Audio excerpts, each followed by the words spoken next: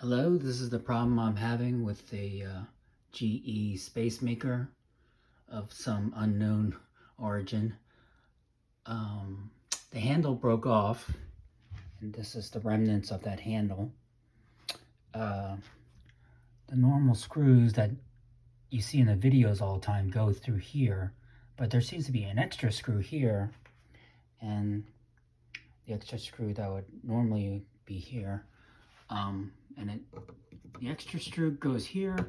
This is the one that normally in all the videos you see goes in here, and the regular screw that you see in all the videos goes in here, but this is that extra screw like you see here, but over here it's broken off and I can't seem to remove it. On the back side you can see the screw that you normally they talk about in all the videos. That screw that I can't remove is somehow behind this door here that I don't have access to. Here again on the top is the screw that you see normally in all the videos, and the screw that came off here was broken off essentially behind this door.